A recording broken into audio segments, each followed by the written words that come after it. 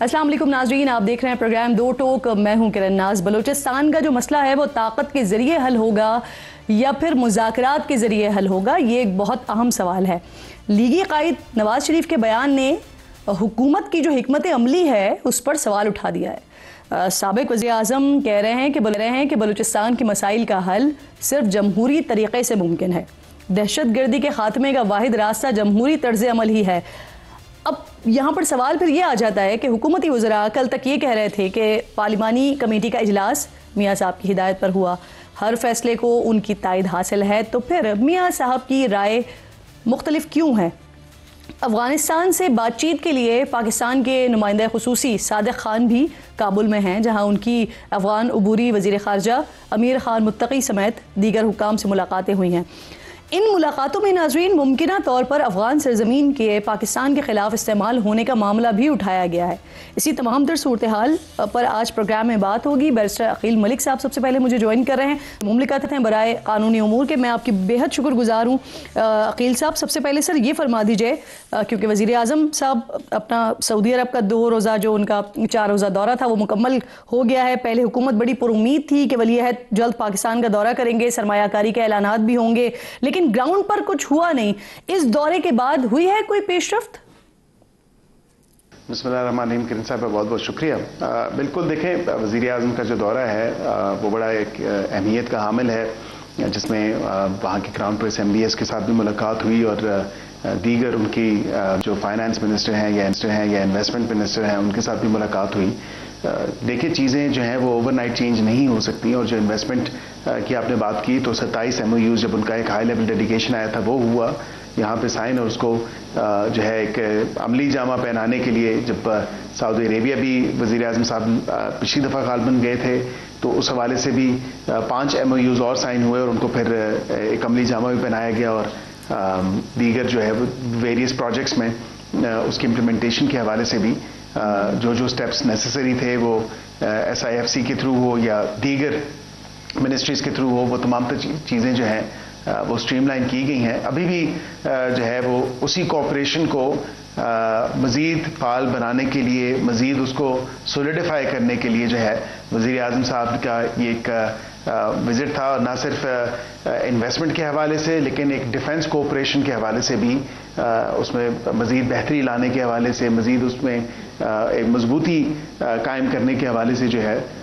ये एक विज़िट था। और इसमें जो पहलू हैं इसके सवाल से भी हैं, लेकिन उसके साथ वो आपको जल्द जो है ईद के बाद जो उसका रिजल्ट है, जो उसका समर है, वो आपको नजर आना शुरू हो जाएंगे। बिलखुसूस फूड सिक्योरिटी के हवाले से ग्रीन पाकिस्तान इनिशिएटिव और उसके साथ जो डिफेंस कोऑपरेशन है इस हवाले से, तो आप देखेंगे इंशाल्लाह के जो MOU साइन हुए हो रहे हैं और मजीद भी इंशाल्लाह इन्वेस्टमेंट के हवाले से बेहतरी होगी। अच्छा अकील साहब, ये भी फरमाइएगा सर, क्या अफगानिस्तान के इशू पर भी बात हुई है सऊदी अरब से? देखें, अफगानिस्तान का जो मामला है वो ज़ाहिरी बात है कि एक रीजनल पर्सपेक्टिव से भी देखा जा रहा है इस तमाम तर मामले को, और सऊदी अरेबिया के साथ जो हमारे ताल्लुकात हैं और जो एक डिफेंस कोऑपरेशन है इस हवाले से भी, तो वो उनको डायरेक्टली और इनडायरेक्टली एक देखें असर तो पड़ता है इन चीज़ों पे।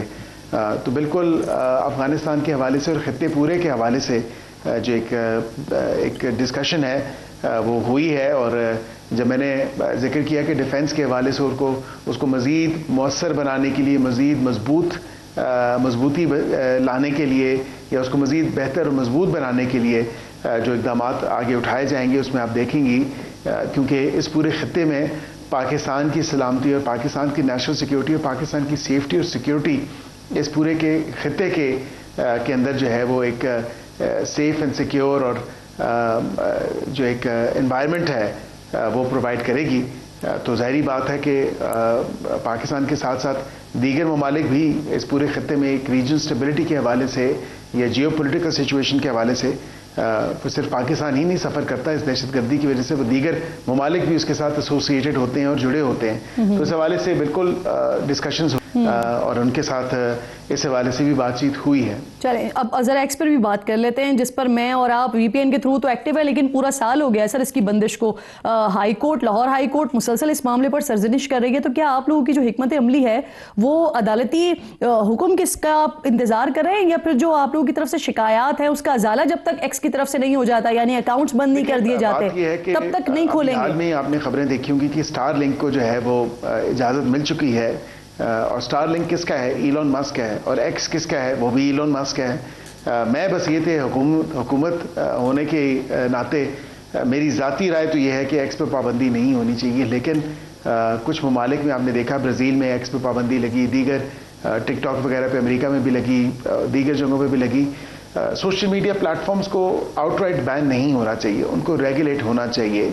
और अगर स्टार लिंक की इजाज़त हमने दी है इस मामले के हवाले से कि वो यहाँ पे आके इलॉन मस्क की कंपनी अपना ऑपरेशन जारी रखे, तो फिर एक्स भी उसी की कंपनी है। एक्स के भी हमें मेन इशू तो ये है कि एक्स के दफातर यहाँ पे नहीं है। जब हमें कोई इस तरह की इंफॉर्मेशन जो है ऑब्वियसली रेगुलेशन के हवाले से कोई स्टेप्स उठाने होते हैं या मेजर्स लेने होते हैं, तो फिर हम अमेरिका तो नहीं ख़त लिख सकते, फिर हम दीगर ममालिक में तो नहीं ख़त लिख सकते जहाँ उनके दफातर हैं। तो यहाँ पे उनको बिल्कुल दफ्तर होना चाहिए, जिस तरह मेटा ने भी यहाँ पे आके हमारे साथ एंगेज किया। और मेटा बिल्कुल आप बखूबी जानते हैं, इंस्टाग्राम, फेसबुक, दीगर जो प्लेटफॉर्म्स हैं, मीटिंग्स हुई हैं उनकी मिनिस्ट्री ऑफ ह्यूमन राइट्स में भी, ministry of law and justice में भी, और गाए बगाए बल्कि वज़ीर आज़म से भी वो मिले हैं। तो इसमें तो कोई ऐसी बात नहीं है। जो सोशल मीडिया प्लेटफॉर्म्स यहाँ पे आके यहाँ के कायदे कवानीन के साथ अपने आप को रेगुलेट करना चाहते हैं, अपने कंटेंट को रेगुलेट करना चाहते हैं, तो बिल्कुल ज़रूर करें। हमने कभी आज़ादी इज़हार राय पे पाबंदी नहीं लगाई, लेकिन कुछ रिक्वायरमेंट्स हैं जो सब्जेक्ट टू लॉ हैं या इन अकॉर्डिंग चाहिए या regulated by law and rules and procedure होनी चाहिए। यानी आपने एक लाइन में वाजे कर दिया कि एक्स का ऑफिस यहाँ आ जाए तो फिर पाबंदी हट जाएगी। सर अब जरा आर्मी चीफ के हवाले से भी बात कर लेते हैं। एक तो उन्होंने गवर्नेंस गैप की बात की, हार्ड स्टेट की टर्म हमारे सामने आई, हुकूमत कैसे डिफाइन करेगी इसे? देखिए किरण साहब, गवर्नेंस गैप्स तो बिल्कुल हैं, और उसमें ये मैं कहूँ कि बिल्कुल आंखों पे पर्दा डालने वाली बात है, इसमें नहीं होना चाहिए। मिसाल के तौर पे इसकी डेफिनेशन बहुत आधा और आम सी है। 500 बिलियन रुपीस जो हैं, 520 बिलियन रुपीस जो हैं वो CTD की इम्प्रूवमेंट या उसके उफाल बनाने की मद में सूबा KP को दिए गए थे वफाक की तरफ से। उसका क्या नतीजा है, उसका क्या रिजल्ट है, ये देखने की ज़रूरत है कि ना सिर्फ उस डिपार्टमेंट को फ़ाल नहीं बनाया गया, बल्कि उसकी कैपेसिटी बिल्डिंग भी नहीं की गई। और फिर जो दहशतगर्दी के वाक़यात में एक या उस लहर में तेज़ी आई है, तो ये तो सबके सामने है। या जो गवर्नेंस के इश्यूज़ हैं, ज़ाहिरी बात है गवर्नेंस के इश्यूज़ हैं जो परसिस्ट कर रहे हैं, बलूचिस्तान में भी परसिस्ट कर रहे हैं, KP में भी परसिस्ट कर रहे हैं। मैं समझता हूँ कि बिल्कुल जब गवर्नेंस गैप होता है तो फिर वो जो कह लें थोड़ी सी विड्थ होती है या थोड़ा सा रास्ता होता है, वो इन जैसी चीज़ों को मिल जाता है अपना रास्ता अख्तियार करने के लिए। तो हमें चाहिए कि गवर्नेंस को मजबूत और बेहतर बनाएं और गवर्नेंस के इश्यूज़ को एड्रेस करें, ना कि उनसे अपनी आंखों पे पर्दा डालें और उनसे आंखें छुपाएं। क्योंकि ये जो गवर्नेंस के इश्यूज़ हैं, देखिए पंजाब में भी उसी लेवल पे थ्रेट्स मौजूद हैं, लेकिन अल्हम्दुलिल्लाह यहाँ पे कानून नाफिज करने वाले इदारे जो है सूबे की हुकूमत, क्योंकि उनकी अवलीन जिम्मेदारी होती है सूबे की लॉ एंड ऑर्डर सिचुएशन। तो जाहिर बात है पंजाब में तो ये हो रहा है, सिंध में भी टू ग्रेटर एक्सटेंट हो रहा है, तो बाकी सूबों को भी फॉलो करना चाहिए इस सूट को, और फुल प्रूफ जो है इश्यूज के ऊपर जो है सिक्योरिटी व्यू से वो देखने चाहिए और गवर्नेंस के इश्यूज को एड्रेस करना चाहिए। नहीं, ये गवर्नेंस गैप्स सिंध और पंजाब में नहीं है। और सर हार्ड स्टेट को कैसे डिफाइन करेंगे? मेरी अकल समझ के मुताबिक मैं समझता हूँ कि इसकी डेफिनेशन या डिफ्रेंसिएशन ये है कि सॉफ्ट स्टेट और हार्ड स्टेट को, इसमें हार्ड स्टेट में हमें सख्त फैसले लेने पड़ेंगे, हमें मुश्किल फैसले करने पड़ेंगे, हमें एक बेहतर कोऑर्डिनेशन रखनी पड़ेगी इंटेलिजेंस एपरेटस में या नेशनल सिक्योरिटी एपरेटस में। हमें तमाम सूबों को मिल के चलना होगा वफाक के साथ, एक इंटेलिजेंस शेयरिंग पर्सपेक्टिव से भी इन इवन अदरवाइज, और कोऑर्डिनेशन रखने में भी, ताकि मुल्की मफाद को मुकद्दम रखा जाए। मुल्की मफाद को जो है वो तरजीह दी जाए, न कि अपने किसी ज़ाती सूबे के मफाद को, किसी सियासी मफाद को या किसी सियासी जमात या सियासी शख्सियत के मफाद को। तो हार्ड स्टेट तो इसी हवाले से है कि अब बस बहुत हो गया। आई थिंक एंगेजमेंट के हवाले से जो वेरियस जो दहशतगर्द ग्रुप्स हैं, जिस तरह BLA है, दीगर ग्रुप्स हैं, उनके साथ आप एंगेज क्या करेंगे? एंगेजमेंट के आपने बहुत एंगेजमेंट करके देख ली। जब तक स्ट्रिक्ट एंड स्टर्न एक्शन नहीं होगा तब तक इस रूट कॉज इशू को आप कर सकेंगे, तब तक आपके मुल्क में एक अमन की फिजा कायम नहीं हो सकती। अच्छा अकील साहब, ये भी फरमाइएगा सर कि क्या अफगानिस्तान से अब भी बातचीत जारी है? क्योंकि सादिक खान जो नुमाइंदा खुसूसी हैं वो तो वहां पर गए हुए हैं। अगर अब भी बात नहीं बनती है तो फिर क्या करेंगे? क्या फजाई हमले करके फिर जो अफगानिस्तान में दहशतगर्द छुपे हुए हैं उनको टारगेट करेंगे? अफगानिस्तान के साथ हम कॉन्स्टेंटली इंगेज कर रहे हैं और बिल्कुल हमें वो कहते हैं मुफ्त में कोई लड़ाई मुंह लेने की कोई शौक नहीं है।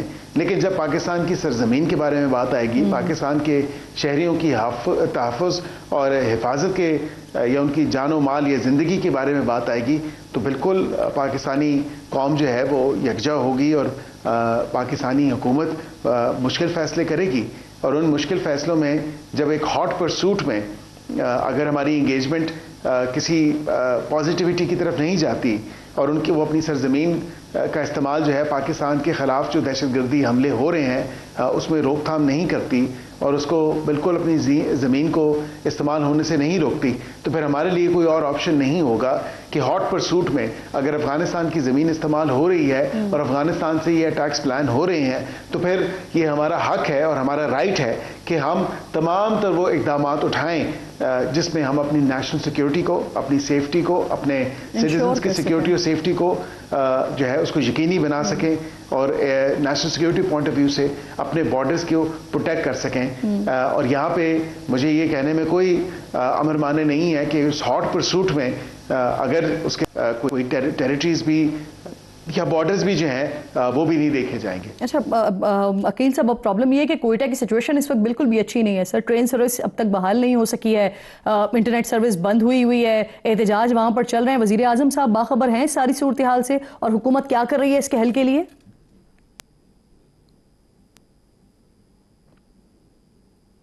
देखिए, वज़ीर आज़म साहब ने जिस दिन वो सऊदी अरेबिया गए किरण साहिबा, तो उन्होंने वक्त भेजा वफाकी वज़रा का और आई थिंक उसमें गवर्नर साहब भी गए हुए थे।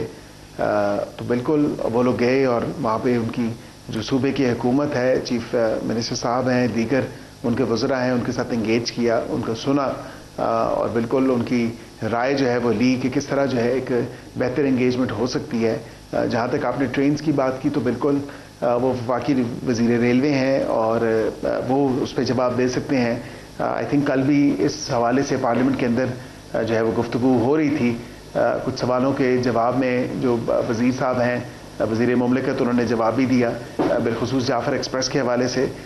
तो यहाँ पे जो आप हमलों की बात कर रहे हैं दहशतगर्दी के हवाले से, देखें ये एक तरफ कहा जाता है कि हम पुरअमन एहतजाज कर रहे हैं, तो जो पुरअमन एहतजाज है वो तो आपने भी देखा, जो BYC वाले जो है वो पुरअमन एहतजाज कर रहे हैं वो आपने भी देखा उस हवाले से। तो इसमें तो कोई ऐसी दो राय नहीं है कि वज़ीर आज़म के इल्म में है और वज़ीर आज़म ने वो वफ्त भी भेजा। यहाँ पे ये बात ज़रूरी है कि इस तमाम तर इशू के ऊपर बड़ी एक सेंसिटिविटी है और वज़ीर आज़म साहब बड़ा क्लोजली इसको देख रहे हैं, तभी वो खुद भी कोयटा गए और अभी भी वो भेजा और वापस आके वो इसके ऊपर एक मीटिंग भी कन्वीन करेंगे। सर, ऑपरेशन के हवाले से हुकूमत की अपनी राय ना काफ़ी मुनक़सिम नज़र आ रही है। आज मियाँ साहब भी इस हवाले से कह रहे हैं कि बलूचिस्तान का हल जो है वो सिर्फ जमहूरी तरीक़े से निकल सकता है, तो क्या हुकूमती फैसले से अग्री नहीं करते हैं मियाँ साहब?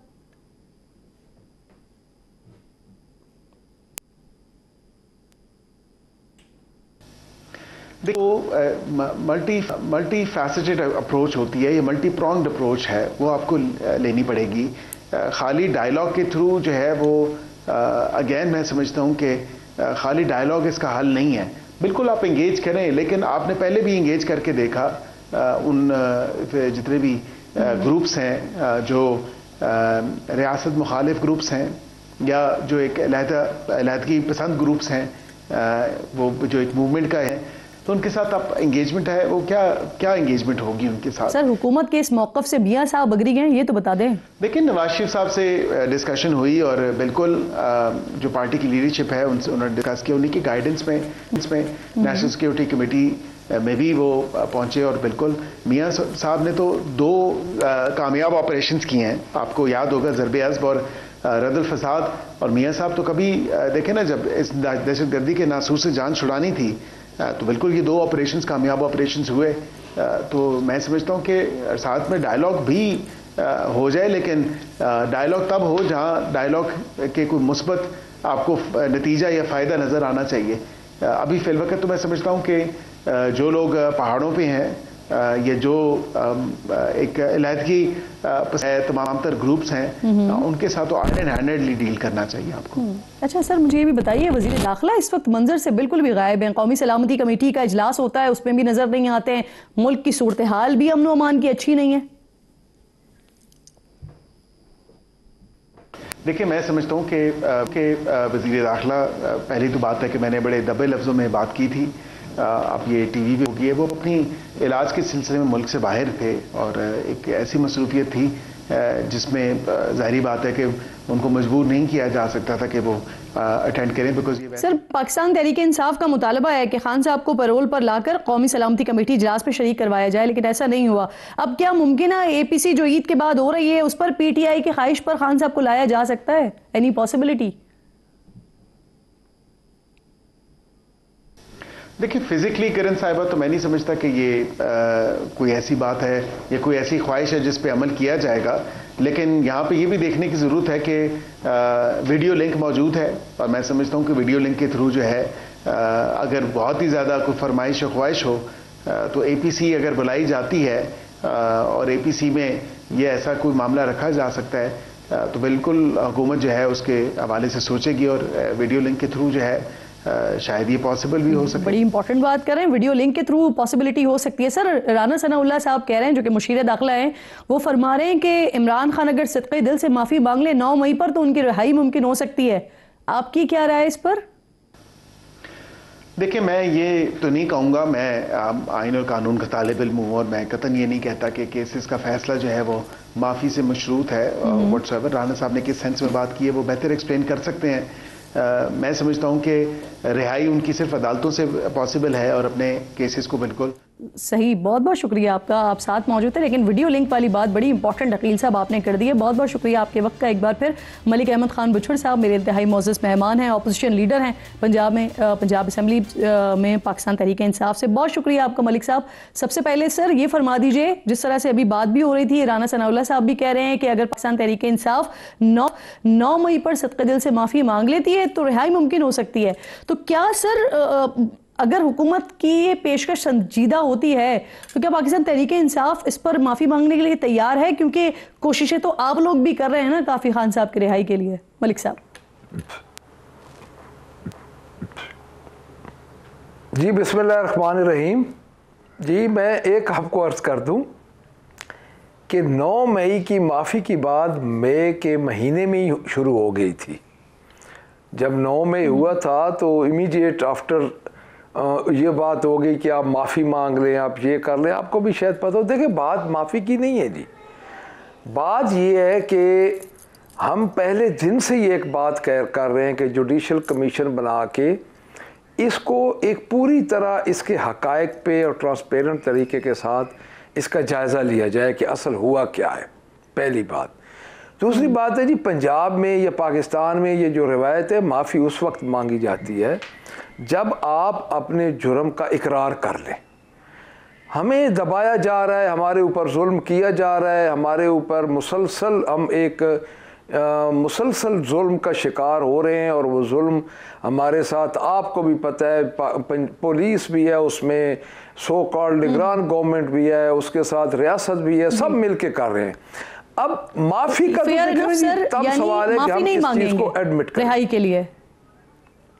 देखिए माफ़ी तो बंदा तब मांगता है कि जुर्म का इकरार करे। अब मैं आपको थोड़ा सा इसमें मुझे आप 1 मिनट दें। सही बात ये है कि जिन्होंने प्रेस कॉन्फ्रेंसेस की, सेम FIRs में वो थे, सेम जुर्म उन पे थे, वो दूध के धुले हो गए, और जिन्होंने बानी पीटीआई का अपनी पार्टी छोड़ने से इनकार किया, उन पे मुकदमे चल रहे हैं, तो किस बात की माफी?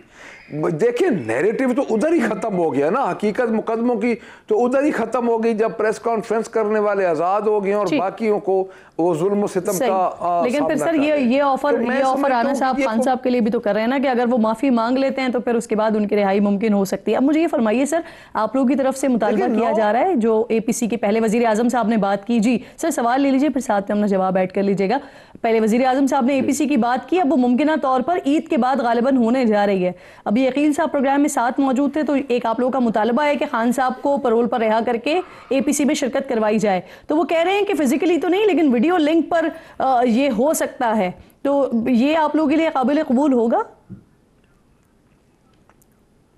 देखिए मैं आपको अर्ज करता हूँ जी, ये बड़ी अच्छी आपने बात की है। बात ये है, पहले कौमी सलामती कमेटी की एक मीटिंग हुई, उसमें हमारी नीयत ये थी कि हमने तो 14 बंदों के नाम भी दे दिए।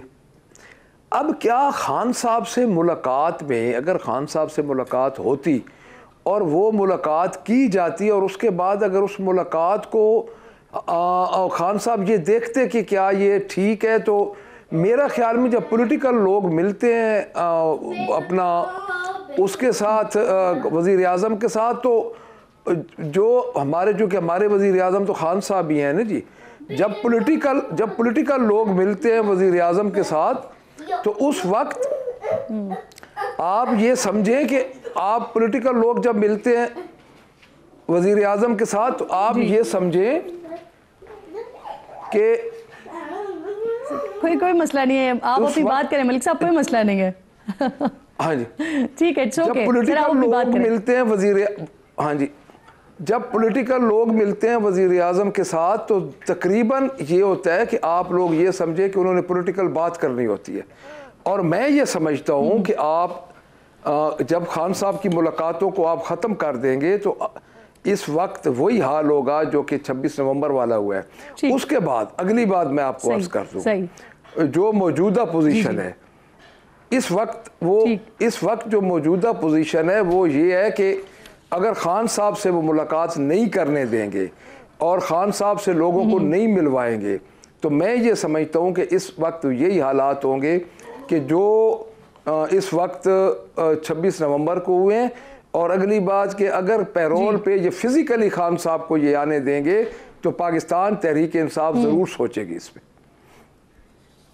और 26 नवंबर का क्या मतलब है सर, इसके हवाले से मैं आपसे बात करूंगी। ये ना आप लोग फिर इस्लामाबाद आने का सोच रहे हैं, इस्लामाबाद पर चढ़ाई का सोच रहे हैं, इस पर बात कर दी। एक छोटा सा ब्रेक लीजिए नाज़रीन, ब्रेक के बाद वापस आते हैं। मलिक साहब साथ मौजूद हैं।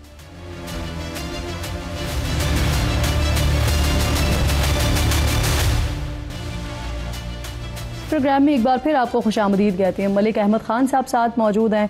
मलिक साहब, ब्रेक से पहले हम सवाल छोड़कर गए थे, आप इमरान खान से मुलाकात के हवाले से बात कर रहे थे कि अगर नहीं होती है तो फिर 26 नवंबर दोबारा रिपीट होगा। तो किस तरह का रिपीट होगा सर? जो पहले आप लोग जिस तरह से इस्लामाबाद आए थे, इस्लामाबाद पर चढ़ाई हुई थी, वो होगा दोबारा? नहीं, आप मेरी बात को नहीं समझे। मैं अर्ज करता हूँ आपको, बात मैं ये कर रहा था कि अगर आप पॉलिटिकल लोगों को नहीं मिलने देंगे, देखिए हमारी जो कमेटी 14 बंदों की हमने अब इस दफ़ा नाम दिए, तो हमारा हमारी यही थी कि हमें अपने लीडर से मिलने दें, हम कौमी सलामती कमेटी के एजेंडे की बात करेंगे। डेफिनेटली सिंगल लार्जेस्ट पार्टी के वो सरबराह हैं और इतनी तमाम तर जितनी ये फस्तैयत है, इसके बावजूद Pakistan Tehreek Insaf single largest party बन के आई है इस 2024 के इलेक्शन में। तो मैं ये कह रहा हूँ कि अगर ये लोगों को, पॉलिटिकल लोगों को नहीं मिलने देंगे, देखें जी मेरा मतलब ये है कि जब हम 3 अपोजिशन लीडर्स को उन्होंने अबडक्ट किया, जो डियाना चौकी में हमें बिठा दिया गया, तो उसके बाद जब हम लोग नहीं मिले तो खान साहब ने ऐलान किया 24 नवंबर का, तो उसके बाद ये सारा रिजल्ट निकला। मेरा अब भी अगर ये जो एपीसी कर रहे हैं, इनको होश के नाखून लेने चाहिए, जो इनके लाने वाले हैं उनको भी खुदारा मुल्क का सोचना चाहिए।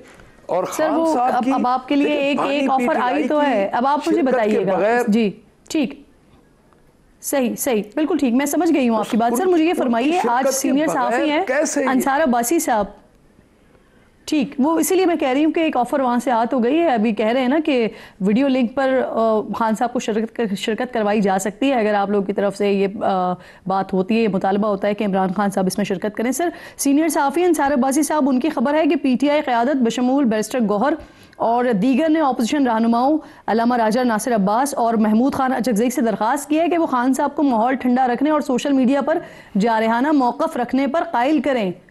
काम हो रहा है इस पर? देखिए, बात ये है, खान साहब तो अंदर है। अब 9 मई के जितने पर्चे खान साहब हैं, उस दिन तो खान साहब के पास दुनिया की कोई सहूलियत ही नहीं थी। अब इमरान खान से मुलाकातें भी बंद हैं, बानी PTI से हर चीज़ बंद है, तो उन्होंने माहौल को क्या गर्म रखना है जी, मुझे ये बताएं। यानी अब मैं सीनियर सहाफ़ी हैं, उनकी अपनी मालूमात होगी, मैं नहीं ये बात करता चूँकि उनके पास काफ़ी इंफॉर्मेशन होती है, इंफॉर्मेटिव आदमी है, बट ऐसी बात कि पार्टी की किसी सतह पे डिस्कस नहीं हुई। उसकी वजह यह कि खान साहब ने माहौल तो तब खान साहब गर्म करें ना जी, कि खान साहब बाहर हों या खान साहब की फ्रीक्वेंटली को पोलिटिकल लोगों से मुलाकातें हो रही हों, खान साहब को मिलने तो दिया नहीं जाता।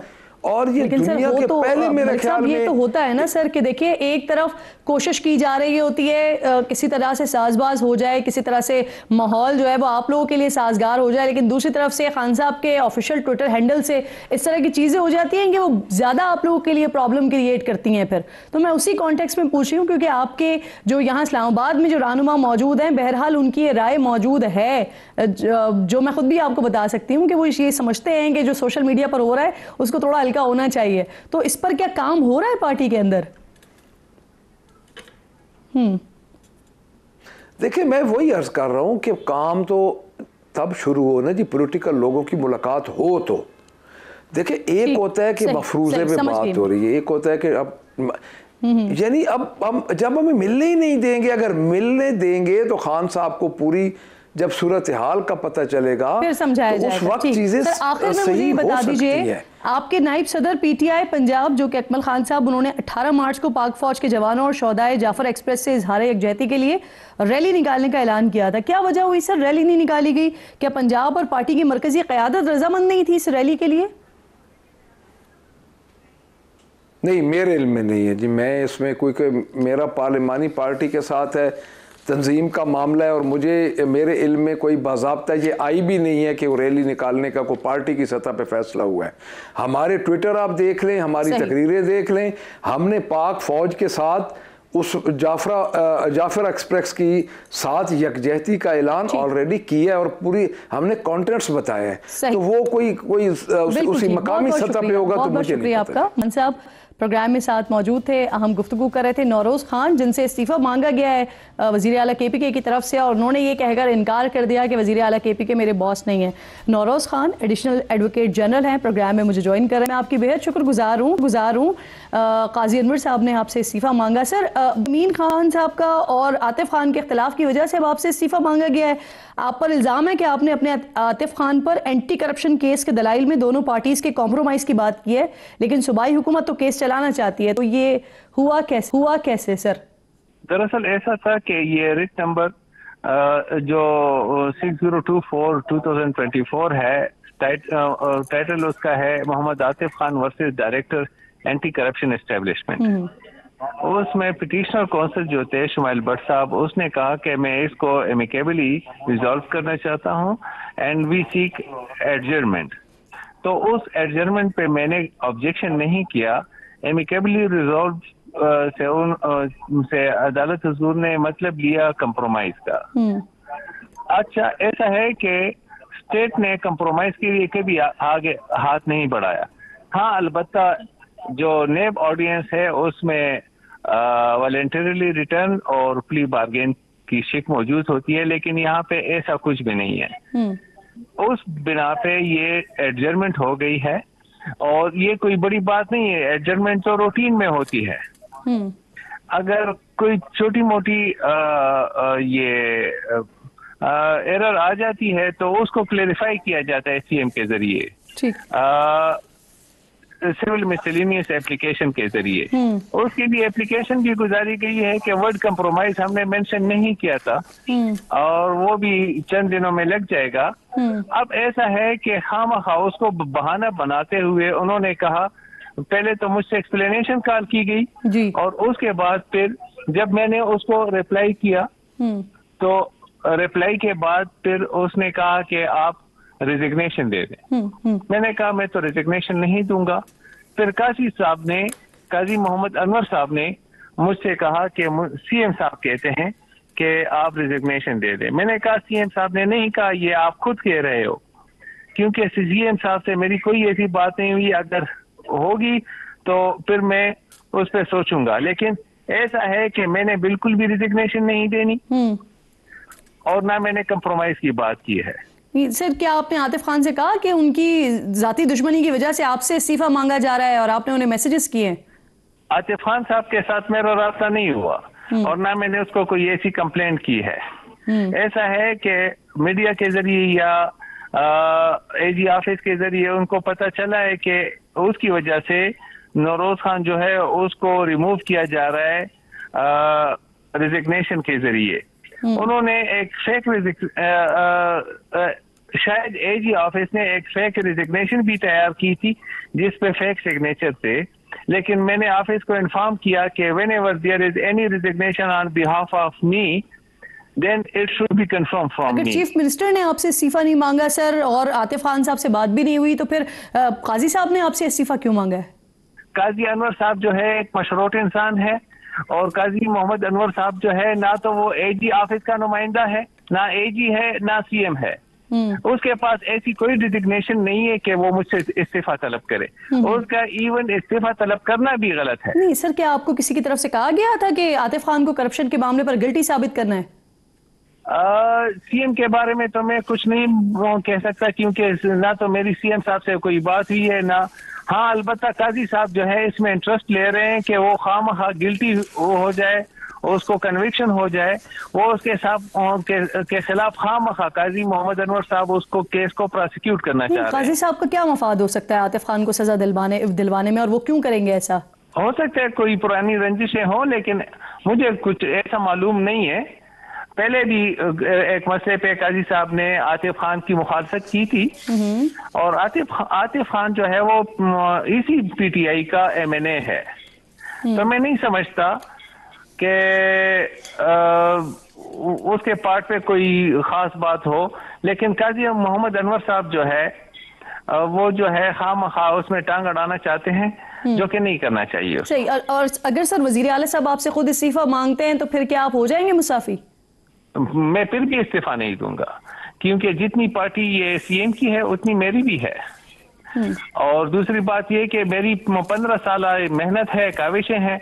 और दूसरी बात यह कि एजी ऑफिस में सबसे सीनियर मोस्ट में हूँ, तो रिजिग्नेशन नहीं दूंगा। अगर वो मुझे डी नोटिफाई करना चाहते हैं तो वो उसकी अपनी मर्जी है। सीएम साहब भी अगर आपसे इस्तीफा मांगे तो आप नहीं देंगे। बहुत बहुत शुक्रिया आपका, नौरोज में साथ मौजूद थे। एक छोटा सा ब्रेक लीजिए नाज़रीन। ब्रेक के बाद जैसे ही वापस आते हैं तो क्रिप्टो करेंसी, जिसके बारे में बहुत अरसे तक पाकिस्तान में बात होती रही कि इसको लीगलाइज होना चाहिए, अब लीगल करने के लिए एक फोरम भी तैयार हो गया है। कितना फ़ायदा देगा पाकिस्तान को, बात करेंगे ब्रेक के बाद।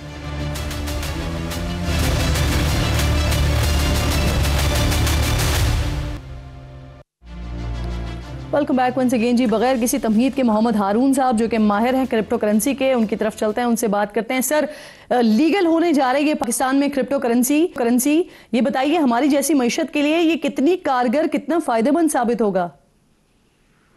जी बहुत शुक्रिया सबसे पहले अपने प्रोग्राम में बुलाने का। अच्छा, ऐसा है कि इसको आप जो कह रही हैं ना, लीगल, बात लीगल की नहीं, बात है रेगुलेट की। आप ये कह सकती हैं कि हाँ रेगुलेशन की तरफ हम जा रहे हैं और इंशाल्लाह ये कि बहुत जल्द जो खुशखबरी हमें जो मिलने वाली थी वो हमें मिल चुकी है। अब ये देखना चाहिए कि ये जो पॉलिसी लेकर आएंगे ये कितनी आसानियाँ इसके अंदर हैं।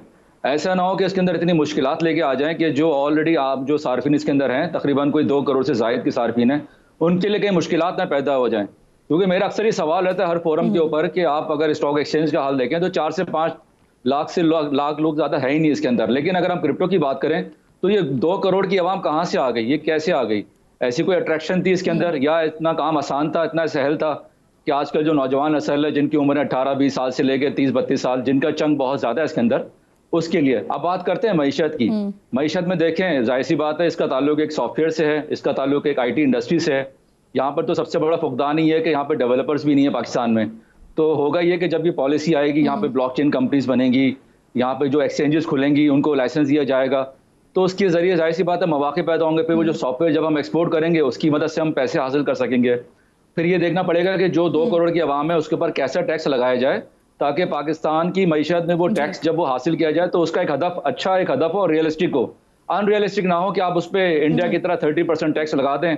तो उसके बाद इंडिया का ये हाल हुआ कि काफी लोगों ने वहां पे अपना ऑपरेशन बंद कर दिया है और वहां से काम छोड़ के दुबई की तरफ चले गए। तो ये चीज बड़ी इंपॉर्टेंट है कि पॉलिसी में वो किस चीज को मद्देनजर रखें। लीगल की बात करें ना हारून साहब, आप लीगल की बात करें तो इसलिए इसको लीगल कहा जा रहा है क्योंकि काफी अरसे तक वकार ज़का जैसे लोग बार बार कहते रहे कि पाकिस्तान में खुदा रहा इसको लीगल कर दें क्योंकि ये इलीगल ही था। तो अब मुझे ये बताइए कि बहुत सारे माहिरीन हैं आप जैसे, वो ये दावा कर रहे हैं कि अगर पाकिस्तान क्रिप्टो करेंसी को लीगल कर देता है तो पाकिस्तान के कर्जे उतारे जा सकते हैं। ये मुमकिनात में से है वैसे? जी बिल्कुल है। इसकी वजह यह कि देखें, एक तो ये कि हमने थोड़ी देर कर दी है। अभी मैं अक्सर बात करता हूं कि जैसे IPP से हम बिजली हासिल कर रहे हैं, उनको हम एक्स्ट्रा पे भी कर रहे हैं, हम क्यों ना माइनिंग की तरफ चले जाएं। अब बिटकॉइन की माइन करने के लिए, एक बिटकॉइन को माइन करने के लिए आपके पास 1,55,000 किलोवाट आवर बिजली चाहिए होती है, यानी कि तकरीबन कोई 60 लाख रुपए की बिजली चाहिए होती है एक बिटकॉइन माइन करने में। 2.25 करोड़ रुपए का एक बिटकॉइन है इस वक्त। तो अगर पाकिस्तान आज से ही ये तहिया कर ले कि वो भी माइनिंग की तरफ चला जाए, पब्लिक प्राइवेट सेक्टर में काम करे, उनको पेशकश दे और जो भी उनका जो तरीकाकार है उसके तहत वहां पे इन्वेस्टमेंट की जाए, और पाकिस्तान में आपको पता है बिजली की खपत है तो उसको इस तरह से यूज किया जा सकता है। इस तरीके से हम अपने पास अगर हम क्रिप्टो रिजर्व, यानी कि जिसमें बिटकॉइन है, इथेरियम है, सोलाना है, रिपल है और भी बहुत सारे जो ममालिक है इस पे काम कर रहे हैं, बल्कि वो उनकी GDP का हिस्सा भी बनने जा रही है। तो पाकिस्तान को भी इस तरफ सोचना चाहिए। सिर्फ ये कि UAE की पॉलिसी को नहीं देखना चाहिए, बल्कि भूटान हो गया, USA हो गया, चाइना हो गया, और भी बहुत सारी ऐसी कंट्रीज हैं। एल सल्वाडोर की मैं अगर बात करूं, उनके पास यानी आप हारून साहब ये कह रहे हैं कि डॉलर के साथ साथ पाकिस्तान को डॉलर भी और सोना भी जैसे हम रिजर्व करते हैं तो उसके साथ साथ क्रिप्टो भी रिजर्व करने चाहिए? बिल्कुल करने चाहिए, क्योंकि देखें इसकी तो पता है आपको कि जो इसकी कीमत है वो बढ़ती चली जा रही है। आज से 10 साल पहले जो इसकी कीमत थी वो $1100-1200 थी और आज आपके सामने $84,000 है। ये मजीद बढ़ेगी क्योंकि जाहिर सी बात है इसकी जो है वो सप्लाई 21 मिलियन की सप्लाई है और 19.8 मिलियन 19.8 मिलियन अब तक ये सर्कुलेशन में आ चुके हैं। अब रह गई है 1.1 मिलियन की जंग।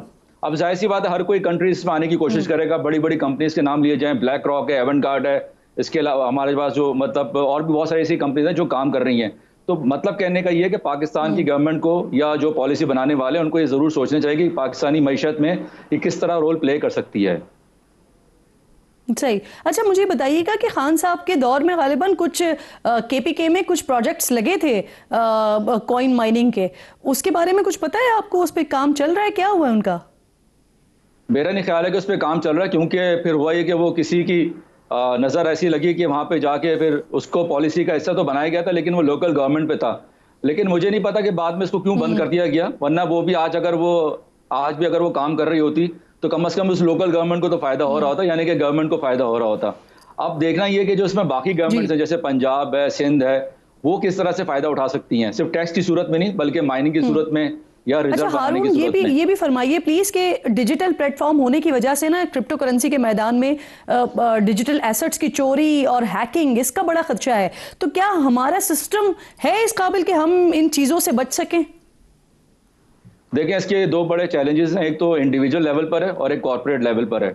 अगर हम बात की जाए इंडिविजुअल लेवल पे तो मैं हर एक से कहता हूं कि कभी भी अपने एक्सचेंज की जो इन्फॉर्मेशन होती है किसी थर्ड पर्सन को ना दिया करें, चाहे वो आपसे ऑनलाइन आके बात करे किसी भी चैनल से, टेलीग्राम से, व्हाट्सएप से। दूसरा ये कि जिस तरह इसमें डिसेंट्रलाइज वॉलेट होता है, इसमें 12 वर्ड्स होते हैं, कीज होती हैं। वहां पे अगर आपने जाके किसी को बता दिया, जो लोग नॉर्मली बता देते हैं कि हमारे वॉलेट में ये मसला आ रहा है, हमें चैलेंजेस आ रहे हैं, तो अपनी ज़्यादा अपनी प्राइवेसी खुद लीक कर देते हैं। एक बड़ा चैलेंज ये है। इसके अलावा जो कॉर्पोरेट लेवल पर है, अगर तो एक्सचेंज यहाँ खुलती हैं पाकिस्तान में तो उनको भी देखना चाहिए कि वो किस तरह से सिक्योरिटी प्रोवाइड कर सकती हैं। अभी तक तो पाकिस्तान में कोई एक्सचेंज है ही नहीं।